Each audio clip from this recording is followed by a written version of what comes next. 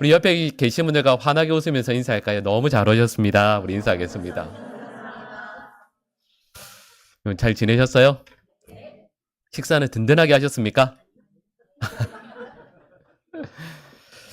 여러분, 우리 여기 계신 분들 다 그런 말씀 한 번씩은 다 들어보셨죠? 왜 신앙생활 하다 보면 예수님 믿는 사람으로 살다 보면 여러 가지 말들을 듣는데 여러분 아마 이 말 다 들어보셨을걸요? 법 없이도 살 사람이다.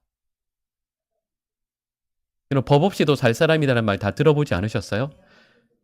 아유, 저 인간은 법이 있어야 꼭 이런 말 안 들어보셨죠? 법 없이도 살 사람이다. 이런 아마 다 들어보셨을 거예요. 예수 믿는 사람이면 그죠? 근데 여러분 법 없이도 살 사람이다 라고 했을 때 이 말에 사전적인 의미가 있어요. 그게 뭐냐면 이렇게 말씀해요. 마음이 곧고 착해서 법의 규제가 없이도 바르게 잘 산다. 여러분 그죠? 몇 분들이 코웃음을 치셨는데 여러분 우리 그렇게 살기 위해 쓰죠. 법 없이도 살 사람.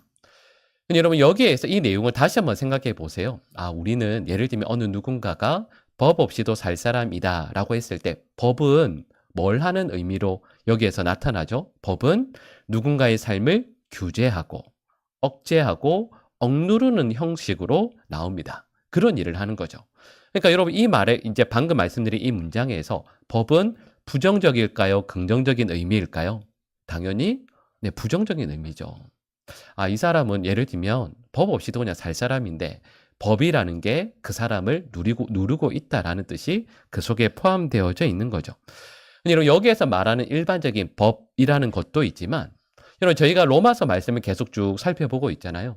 근데 거기에서 살펴봤던 내용 중에 하나가 율법에 대한 내용입니다.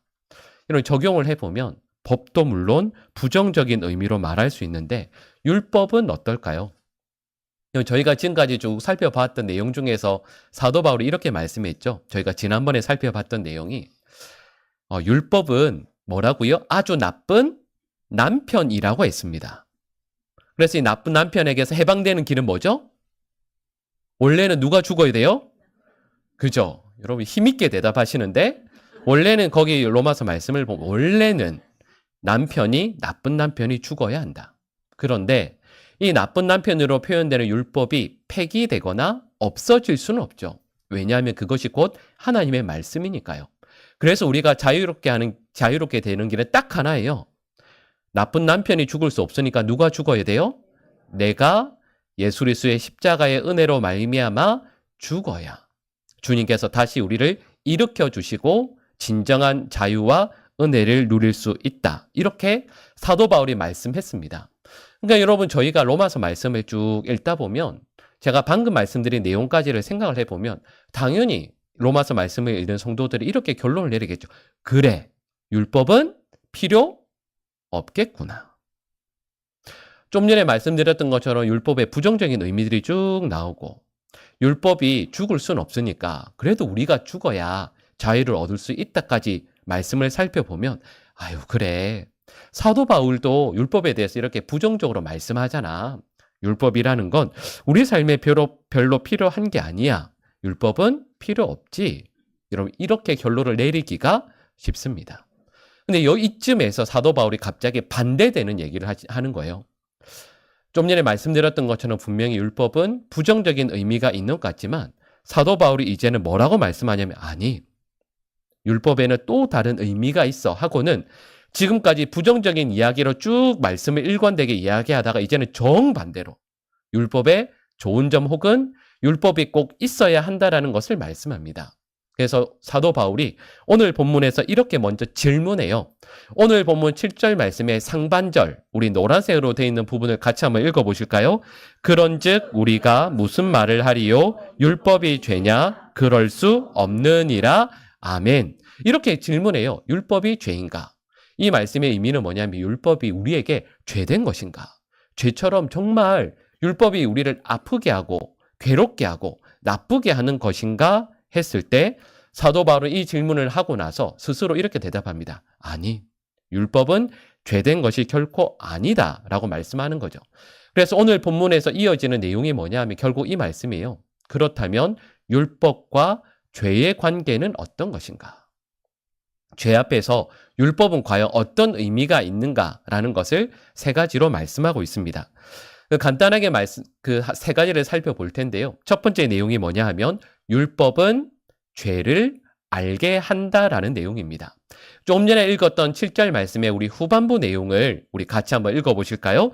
율법으로 말미암지 않고는 내가 죄를 알지 못하였으니 내가 탐심을 알지 못하였으리라. 아멘. 이런 이 말씀에서 이야기하는 게 이거죠. 율법을 통해서 뭘 알게 된다고요? 죄를 알게 된다. 근데 여러분 실은 이 말씀은 로마서에서 앞부분에서 이미 여러 번 나왔습니다. 가장 아마 기억나는 말씀이 로마서 3장 20절 보면 이렇게 말씀하죠. 율법으로는 죄를 깨달음이러라. 이 말씀이 나옵니다. 그러니까 율법으로는 우리의 죄를 깨닫게 된다. 여러분 이거 실은 어려운 거 아니죠? 죄를 깨달으려면 그 앞에 뭐가 있어야 돼요? 율법, 법이 있어야 되는 것 당연하지 않겠습니까? 그런데요. 저희가 조금 전에 읽었던 7절 말씀에서 혹시 놓치기 쉬운데 사도 바울이 예로 드는 게 뭐였죠? 탐심이었습니다. 그리고 이게 의미가 있어요. 왜냐하면 여러분 혹시 아세요? 저기 이태원 저기 사실 저쪽에 구청 가는 쪽에 유명한 시계방 있는 거 아세요? 아, 바로 아시는군요. 그 브라이틀링이라고 왜 제가 명품 시계인데 제가 와 이런 데가 있구나 이랬더니 제 아내한테 얘기했더니 아내는 나중에 기억하기를 시계방으로 얘기하더라고요. 이게 여기를 시계방이라고 할 건 아닌데 근데 어찌 관심이 없으면 실은 그런 거겠죠. 근데 예를 들면 이렇게 생각해 볼까요? 이런 명품을 파는 큰 시계집이 시계방이 있는데 어떤 남자가 지나가면서 그 유리 앞에 섭니다. 그 앞에서 와 이렇게 하고 있어요. 근데 갑자기 경찰이 삐뽀 하고 오더니 그 사람을 딱 잡고 그 경찰차에 태웁니다. 그리고는 뭐라고 얘기하냐면 당신이 이 시계를 탐냈으니 당신을 감옥에 넣겠습니다. 그리고는 이 사람을 재판장에 넘기는 거예요. 그리고 자세히 조사를 합니다. 조사를 해보니 이 사람이 그 앞에 한 10번 정도 지나갔는데 9번 정도를 시계를 보면서 와, 이 시계 갖고 싶다. 그래서 판사가 재판을 하고 당신을 징역 30년에 처합니다. 이런 일은 우리나라에 있을 수 없습니다. 이건 불가능하죠. 이게 이런 우리나라 법상 이런 거죠. 시계를 만약에 훔쳤으면 그래서 상대방에게 손해를 끼치면 법으로 뭔가 징계를 하겠죠. 근데 여러분 좀 전에 말씀드렸던 이 남자는 뭐 했죠? 와, 갖고 싶다. 탐하는 마음만 가진 것 뿐입니다. 근데 사도 바울이 예를 드는 게 뭐냐 하면 탐하는 마음, 곧 탐심을 가진 그것으로 율법이 죄를 알게 하는 예로 말씀하고 있는 거예요. 그러니까 무슨 의미죠? 단순히 율법은 우리의 죄를 알게 한다라는 말씀이 아니에요. 조금 전에 저희가 읽었던 7절 말씀의 의미는 율법은 우리의 죄를 알게 하는 게 맞죠. 근데 어떤 죄를 알게 해요? 우리의 마음으로 생각하는 것만 해도. 세상에서는 절대 그걸 처벌하지 못할 텐데 하나님의 율법은 왜 그럴까요? 하나님께서 우리의 마음과 중심을 아시니까. 율법은 우리의 마음으로 생각하는 그 모든 죄악들까지도 알고 그 앞에서 이걸 알게 하신다라고 말씀하는 거죠. 그러니까 여러분 율법은 우리의 마음의 죄를 은밀한 죄까지도 알게 하신다. 이게 이 율법의 첫 번째 내용입니다. 두 번째가 있어요. 두 번째가 뭐냐 하면 율법은 죄를 드러낸다. 밖으로 드러낸다라는 의미가 그 속에 포함되어져 있습니다. 우리 오늘 본문 8절 말씀을 우리 같이 한번 읽어보실까요? 그러나 죄가 기회를 타서 계명으로 말미암아 내 속에서 온갖 탐심을 이루었나니 이는 율법이 없으면 죄가 죽은 것임이라. 아멘. 그럼 방금 읽은 이 7절 말씀이 실은 이해하기가 조금 어렵습니다. 아마 8절 말씀을 읽으셔도 이게 무슨 의미인지 이게 확 와닿지가 않으실 거예요. 먼저 이 말씀을 잠깐 이제 보시면 계명이라는 말이 뭐냐 하면 율법의 세세한 세부적인 명령 그 자체를 의미합니다. 그러니까 실은 여기에서 말씀하고 있는 계명은 율법과 거의 같은 의미입니다. 근데 이어지는 말씀이 어떻게 나오냐면 죄가 기회를 타서 이런 말씀이 나와요. 제가 기회를 타서 계명으로 말미암아 내 속에서 온갖 탐심을 이루고 나타난다. 이렇게 말씀하고 있는데 여기에서 죄가 기회를 타서라는 이 말을 좀 더 쉽게 풀어보면 이런 의미입니다. 죄가 발판 삼아서 우리의 마음에 교두보로 삼아서 이런 문자적인 의미예요. 근데 이걸 이렇게 해도 좀 이해하기가 어려우니까 이렇게 말씀드릴 수 있습니다. 한번 설명을 해보자면 여러분 우리 마음에 죄된 본성이 있어요. 근데 죄된 본성이 우리 마음에 어디쯤에 위치해 있을까요?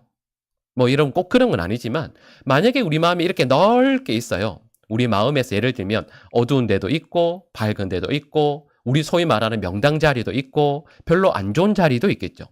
근데 우리 마음에서 죄된 본성이 어디에 위치해 있냐면 가장 좋은 자리에.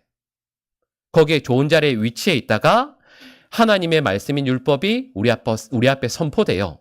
그러면 거기 바로 그때 우리의 죄된 본성이 바로 이때다 하고는 확 튀어나와서 우리의 죄된 본성을, 우리의 죄악을 드러낸다. 이 말씀이에요. 이 8절 말씀이. 여러분 이렇게 말씀을 드리면 대부분 분들이 뭐 설마 우리가 그렇게 하나 하기 쉽지만 여러분 그럴 때 있지 않으십니까? 예를 들면 우리 하나님의 말씀을 받아요. 여러분 말씀 어떻게 받으세요? 그죠? 공개적인 자리니까. 교회니까 아멘으로. 좋게.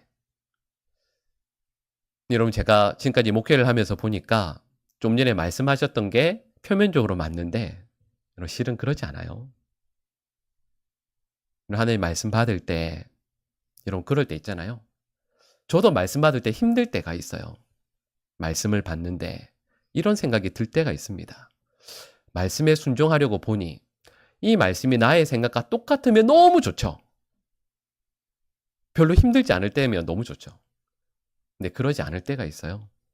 말씀에 순종하려면 내 자존심을 꺾어야 할 때도 있고 말씀에 순종하려면 내 이익을 포기해야 될 때도 있습니다. 내가 지금까지 40년, 50년, 60년 살아오면서 내가 머릿속에 생각했던 거 있거든요. 가치관이라고 그러죠. 근데 이걸 맞다고 생각했던 걸 말씀 앞에서 포기해야 될 때가 있어요. 여러분 근데 그럴 때 정말 괴롭죠. 여러분 이렇게 말씀 앞에서 우리가 보통은 어떻게 반응하죠? 제가 그 예전에 읽었던 그 팀 켈러 목사님의 책에서 보면 기억나는 게 있어요. 죄된 본성을 이 목사님이 뭐라고 썼냐면 정말 멋진 단어죠. 말씀 앞에서 우리의 나쁘게 나타난 죄된 본성을 이분이 뭐라고 이제 용어를 쓰셨냐면 삐딱함이라고 썼습니다. 멋진 말이죠. 이런 말씀 앞에서 말씀드렸던 것처럼 하나님의 말씀이 율법이잖아요. 구약성경에 나오는 하나님의 율법 앞에서 나의 생각, 나의 자존심을 꺾어야 할 때, 뭔가를 포기해야 할 때, 그리고 이것 때문에 내가 지금까지 얼마나 나쁜 사람이었는가, 부족한 사람이었는가가 드러나게 될 때, 사람들이 어떻게 반응하냐면 삐딱하게 반응합니다. 여러분 오늘 8절 말씀이 바로 그거 말씀하고 있는 거예요. 하나님의 말씀 앞에서 아까 말씀하셨던 것처럼 맞아요. 아멘으로 반응해야죠. 말씀과 내 삶을 앞에 대놓고 말씀이 틀릴 리가 없으니 내 삶이 틀렸다라고 한다면 내 삶을 바꿔야죠. 그 앞에서 가슴을 치며 통곡하며 회개해야죠. 근데 보통 삐딱하게 반응합니다. 그거 말씀하는 거예요. 하나님의 말씀인 율법 앞에 우리가 죄된 본성에 서게 되었을 때 나의 이 삐딱한 나의 죄된 본성이 밖으로 드러나게 돼요. 여러분 이게 죄와 율법의 두 번째 관계입니다. 세 번째 관계가 이렇게 나오죠. 셋째가 뭐냐 하면 율법은 죄를 정죄한다라는 내용입니다. 여러분 이 내용이 오늘 본문 9절에서 11절 말씀에 나와요. 근데 이 9절에서 11절 말씀도 실은 딱 읽으면 이게 무슨 내용인지 이게 이해하기가 참 어려워요. 근데 이렇게 말씀드릴 수 있습니다.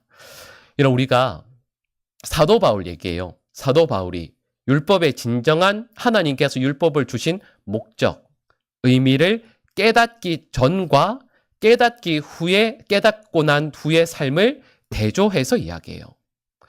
근데 지금까지 사도 바울이 여러분 이전에 율법을 잘 지켰겠죠. 잘 지킨다고 스스로 늘 생각했을 겁니다. 그런데 예수 그리스도를 만나고 하나님께서 나에게 지금까지 왜 율법을 주셨는가를 그때 비로소 깨닫게 돼요. 그런데 깨닫고 난 이후에 보니까 이런 거죠.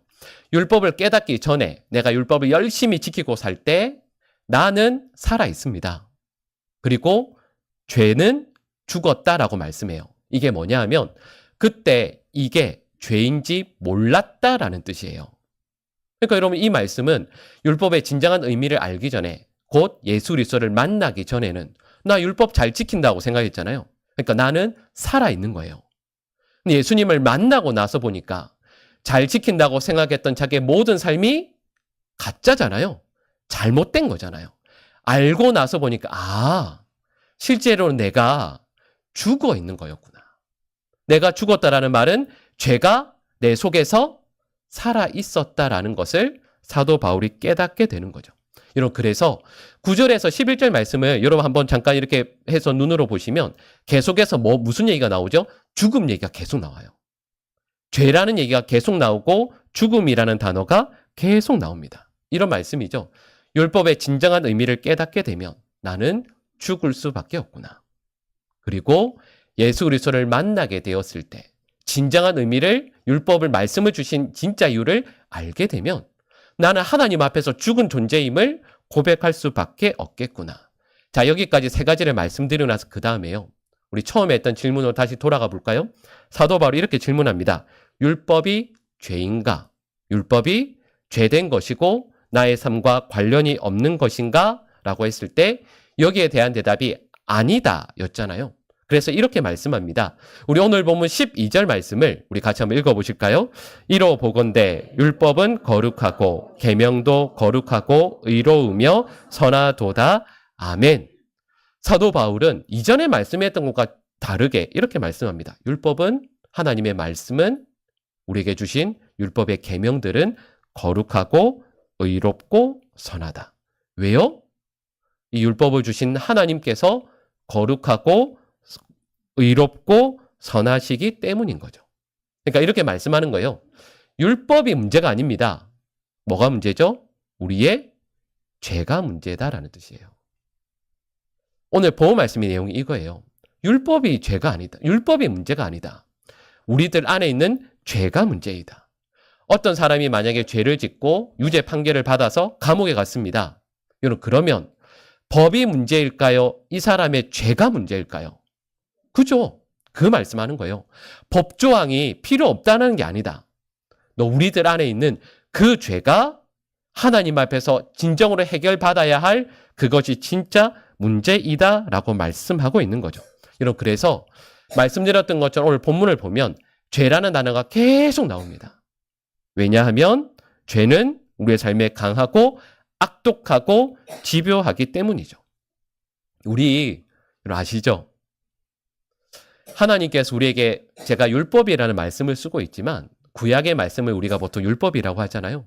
우리는 능력이 있습니다. 어떤 능력이 있냐면 하나님의 말씀까지도 죄의 도구로 만들 수 있는 탁월한 능력이 있어요. 여러분 그러지 않으세요? 교회 안에서 누구 정죄할 때 뭘로 정죄해요? 말씀으로 정죄해요. 미워할 때 근거 찾을 때 뭘로 찾아요? 말씀으로 찾습니다. 하나님의 말씀으로요. 여러분 이게 실은 우리들인 거죠. 예전에 그 유명한 폴 워셔 목사님께서 설교하시는 영상을 이제 설교 그걸 본 적이 있어요. 영어로 하시는 거여서 제가 다 이해한 건 아니었는데 그때 폴 워셔 목사님께서 이제 그 목회하시는 교회에 설교를 하시는데 그 오하이오 주에 있는 한 교회 가서 이제 설교하셨던 내용을 이제 교회 성도들에게 말씀하시는 거예요. 근데 오하이오 주에 있는 한 교회 가서 이제 설교를 하시는데 초청을 받아 설교하시는데 설교가 끝나고 나서 왜 콜링이라고 하죠. 이렇게 부르고 하는데 9살 된 아이 하나가 갑자기 저기 뒤에 앉아 있다가 복도 그 의자 중앙으로 이렇게 해서 이제 이런 거죠. 다리를 벌벌 떨면서 목사님 앞으로 나오는 거예요. 9살 된 아이가 다리를 벌벌 떨면서 목사님 앞으로 통로로 걸어 나왔습니다. 그러니까 목사님께서 이렇게 보시고 강단에서 내려가서 아이에게 갔죠. 그리고 이렇게 앉아서 이렇게 감싸주면서 아이에게 이렇게 물었습니다. 얘야, 무슨 일이니? 근데 아이가 이렇게 대답합니다. 목사님, 하나님께서 저처럼 사악한 죄인도 구원하실까요? 근데 목사님께서 여러분 9살 된 아이니까요. 목사님께 보시면서 얘야, 너 무슨 그런 잘못을 했니? 그랬더니 아이가 이렇게 대답합니다. 목사님, 제가 엄마 말씀을 잘 따르지 않았어요. 근데 여러분 이게 만약에 이렇게 있었다고 생각해 보세요. 여러분 어떻게 하시겠어요? 웃지 않으시겠어요? 그러니까 여러분 거기에서 이제 실은 거기는 미국은 분위기가 예배할 때 잘 웃고 막 이렇게 큰 소리로 말도 하고 그러거든요. 근데 청중들이 9살 된 아이가 얼마나 귀엽겠어요. 그런 얘기를 하니까. 그래서 청중들이 다 크게 웃었어요. 예쁘게 보기도 하고 귀엽기도 하고 하면서 다 크게 웃었습니다. 근데 그때 폴 워셔 목사님이 다시 강단으로 올라가서 이렇게 말씀해요. 여러분, 웃지 마십시오. 주님께서 어떤 일을 하셨는지 아십니까? 주님은 우리 모두가 가져야 할 죄에 대한 자세를 이 아이를 통해서 보여주셨습니다. 여러분, 제가 좀 전에 계속해서 오늘 본문을 통해서 3가지 말씀드린 게 이거예요. 율법은 우리의 죄를 우리 마음의 죄까지도 알게 하고 드러나게 하고 정죄합니다. 그런데요, 우리는 어떻게 반응하는 줄 아세요? 우리는 이 아이처럼 죄를 심각하게 받아들이고 가슴 아파하지 않습니다. 보통 우리 어떻게 해요? 말씀 읽으면서 죄를 깨닫잖아요. 아니면 앞에서 목회자가 설교하면서 우리의 죄를 일깨워 주잖아요. 우리 그때 어떻게 해요? 죄에 대한 말씀을, 죄에 대한 내용들을 깨닫게 되었을 때, 아유, 목사님, 우리 여기 죄인 아닌 사람이 누가 있냐고. 우리 다 죄인인데, 어차피 다 용서받을 건데, 왜 그렇게 힘들게 하시냐고 말합니다. 아유, 우리 다 죄 짓고 사는 거지. 뭘 그렇게 힘들게 하시냐고. 우리는 영원한 죽음이 당연한 죄인이라는 걸 너무도 쉽게 잊어버리고 삽니다. 그리고 이렇게 생각하죠. 그래도 내가 저 사람보다 낫지. 저 집사님, 저 권사님보다 내가 더 낫지라고 생각합니다. 여러분, 우리 생각해 보시면 자주 짓는 죄들이 있죠. 습관이 된 죄들. 여러분, 자주 지으니까. 습관이 됐으니까. 지난 몇 년 동안 하나님께서 특별히 말씀 없으셨는데, 그냥 늘 짓는 죄인데, 이것 가지고 또 이제 와서 뭐라고 하시겠냐고 우리는 생각해요. 우리가 품는 모든 죄들이 얼마나 우리의 영혼을 파괴하고 또 악하고 심각한지를 생각 안 합니다. 별로 중요하게 생각 안 해요. 말씀드렸던 것처럼 이 아이도 하나님의 말씀 앞에서 율법이라고 표현되죠. 하나님의 말씀 앞에서 나의 죄가 얼마나 두려운지를 깨닫고 하나님의 은혜를 구합니다. 여러분, 우리 신앙생활 오래 하면 할수록 죄에 대해서 별로 생각하지 않아요. 우리의 마음에 있는 그 죄를 분명히 하나님께서 우리에게 알게 해주시고 드러나게 하시고 정죄하시는데 그거 우리 별로 신경 쓰지 않죠. 여기까지 말씀을 드렸을 때 실은 저희가 이후에도 계속 살펴볼 말씀이지만 이 율법 앞에서 우리의 죄를 알게 해주시고 드러나게 하시고 그래서 우리를 정죄할 때 그 앞에서 우리는 벌벌 떨면서 예수 그리스도 앞에 나아가 주님의 은혜를 구하게 됩니다. 근데 말씀드렸던 이 내용이 없으면 죄 앞에서 하나님께서 우리에게 알게 해주시고 드러나게 하셔서 우리를 정죄할 때 이 앞에서 두렵고 떨리는 마음이 없으면 예수님의 은혜가 별거 아닌 게 돼요. 예수님의 구원의 은혜, 십자가의 은혜, 이후에 살펴보게 될 그 무엇으로도 끊을 수 없는 하나님의 사랑이 별거 아니게 돼요. 별로 무섭지 않으니까요. 지금 괜찮으니까요. 여러분, 이 말씀을 함께 나누면서 여러분, 하나님께서 우리의 죄를 알게 하실 때, 깨닫게 하실 때, 드러나게 하실 때, 그리고 그 죄가 우리의 삶으로 정죄하게 하실 때, 여러분, 예수 그리스도 앞에 나아가 주님의 은혜를 구하는 우리 믿음의 백성을 될 수 있기를 간절히 축복합니다. 여러분, 말씀드렸던 것처럼 이 모든 죄에 대한 것은 결코 이런 가벼운 게 아닙니다. 죽어야 할 죄인이라는 것, 율법 앞에서 죄를 알게 해주실 때, 이런 그 순간 주님 앞에 엎드려서, 이런 아까 말씀드렸던 것처럼 우리는 말씀 앞에 서게 되면 정말 핑계를 잘 대요. 우리 신앙생활 20년, 저도 해보니까 30년 하면 핑계를 정말 잘 찾아내요. 아, 저 사람도 하는데 뭐. 앞에서 설교하는 목사님은 그러지 않나? 아니, 저분 하는 거 저분은 거룩한가? 아니, 이렇게 죄 안 짓는 사람이 누가 있나? 이 정도는 다 짓지. 하나님께서 눈을 좀 낮추셔야지. 여러분, 저는 우리 모든 성도들이 세상에서 다른 그 무엇이 아니라 아까 우리 찬양해 주셨지만 우리 주님께서 나에게 가장 소중한 분이라는 것은 주님 앞에 나아가고 또 주님께서 나에게 다가오실 수 있도록 한다라는 것은 여전히 죄인으로 있겠다라는 뜻이 아니에요. 더 죄인이 아니라 하나님께서 원하시는 은혜의 자리로 날마다 가까이 나아가는 하나님의 자녀로 살아야 하지 않겠습니까? 여러분, 우리 모든 성도들에게 하나님께서 큰 은혜 베풀어 주시고 나의 죄를 향한 미움과 돌이킴과 회개, 하나님의 은혜의 자리로 날마다 가까이 나아가는 우리 믿음의 백성들 되시기를 간절히 축복합니다. 우리